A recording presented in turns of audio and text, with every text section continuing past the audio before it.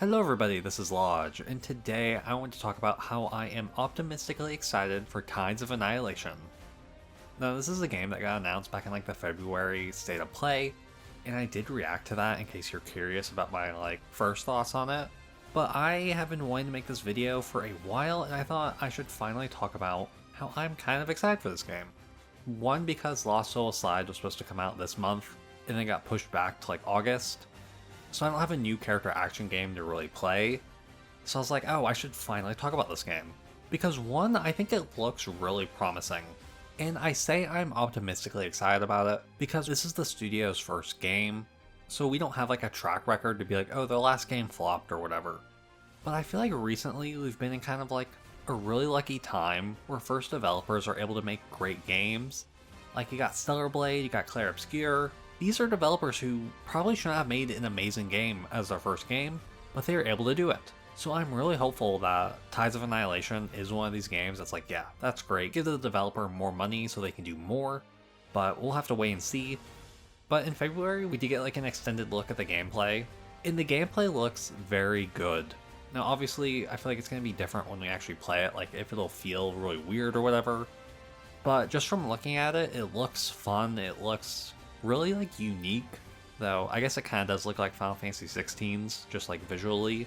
But I hope it's a little bit deeper than 16's, because 16's I think it could have used a little bit more depth, at least while you're playing the main story. But yeah, the combat looks really cool.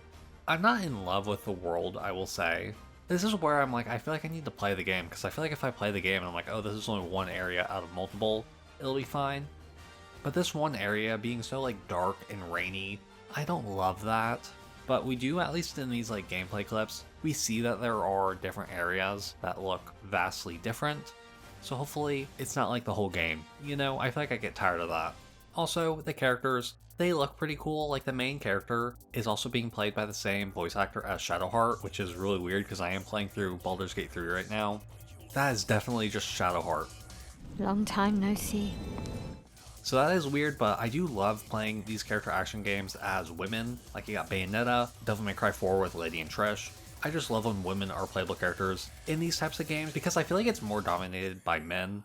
If I actually look at the stats, it may be a little bit more even, but I'll never complain about a woman leading one of these games. And her design also looks pretty cool. I don't know, it's nothing I feel like Dante or Bayonetta where it's really recognizable. I feel like you could drop this character design into so many different games and it fit. So it's not super unique, but I think it's just this kind of art style they're going for, And also Gwendolyn is just such a cool name for this character. I love it. It's so fantasy-esque. But the side character Ninian or whatever, I feel like she may get annoying, and I'm a little worried she will be annoying just from these short clips. Ah, a baby. I'm so sorry for everything that's happened to you. But hopefully I'm just wrong about that. When you actually play a game, it's oh, they're not annoying. I don't find Teddy or Morgana in Persona annoying, so maybe I'm just looking for something to be scared of. I will say, this game is already doing something right by showing us from the get-go a rival character to go against with Mordred.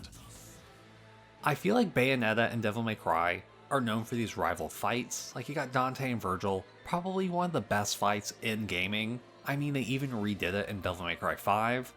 Bayonetta and John, and Bayonetta and Baldur, also amazing. But having someone with your same powers that you go against just makes these games so fun. Especially when they're difficult, especially when you have to pour 100% of your brain power into trying to beat them. Because it's so fun. I'd much rather this as a final boss than just a giant creature, even if the creature looks really cool, a one-on-one fight with someone who is of similar stature to you will always beat it out. And I hope that this isn't just one fight and it actually reoccurs throughout the game, we don't just beat her here and that's done. I'd love for Gwendolyn to have to fight her over and over again. Maybe give Mordred a new power or something, to make her a little different each fight, kind of like with Virgil, he'll use his Devil Trigger at the end, but it's roughly the same fight. But I think stuff like that can really help give you a reason to want to fight this character again and again. It's cool, and Mordred also has a really cool design. Make her a playable character once you beat the game. I will also always love that. I love being able to play as Virgil after I beat Devil May Cry 3, so give me Mordred as a playable character. You don't have to make it make sense. And obviously with this game where we don't know too much about it, it's kind of hard for me to talk about it, you know? I've seen that the developers are hoping for like a 2026 release date, which is good, and the game looks, at least from these trailers, really well done. But yeah, so hopefully it does reach that 2026 deadline, because I would love it to actually come out within the next year and it isn't something like Lost Soulside where it's taken 10 years to get to this point. Also, Tides of Annihilation won't be PlayStation exclusive, which is really good. One, because I love playing these types of games on Xbox, but it just gives more people the chance to play these games. In my opinion, that's always good. But yeah, I just kind of want to give my quick thoughts on this game because it has been in the back of my mind for a while, and I hope we see more soon. Let me know your thoughts on Tides of Annihilation, and I hope you enjoyed the video. Have a good day, and goodbye. What a beautiful sight, a perfect picture of failure.